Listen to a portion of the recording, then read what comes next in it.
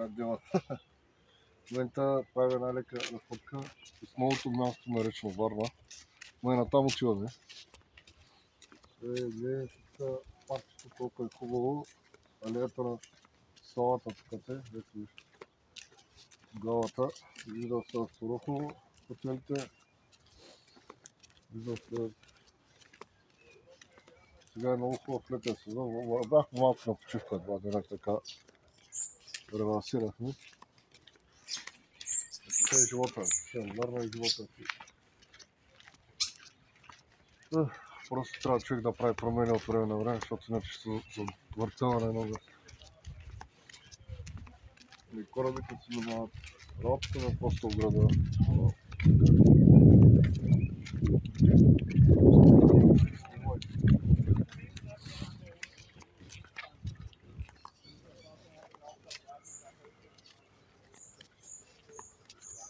Да се вижда Асфарахови.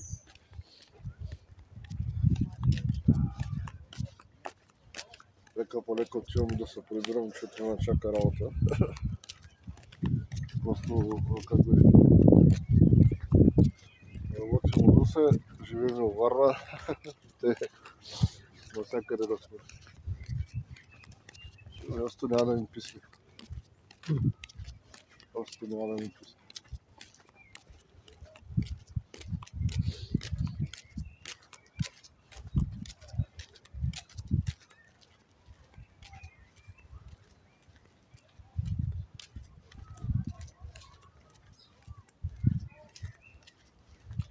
Май, за да спестя малко трудности, ще трябва да продадем май един имот. Но там отиват нещата. Много се разпаляме навсякъде и трябва да посъпосвеме малко. Не исках да го правя, но там отиват нещата. Ще може да си го ставя. Нали? Кое е вашето мнение по въпроса? Трудно е.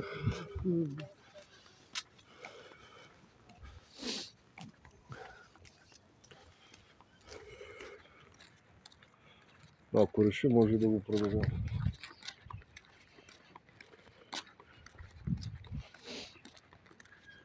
Алеята на салата, тук е дълга километри.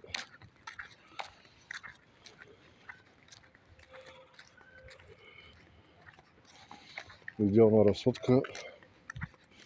Фитнес. Моренци. Хубаво трябва на човек. Хубав живот. Ето е хубав живот, нормален. Е да одет направиха новата част.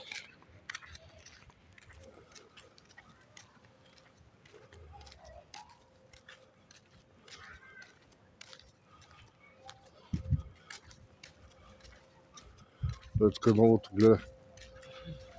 Още се разшири долу. Да, още насам идва.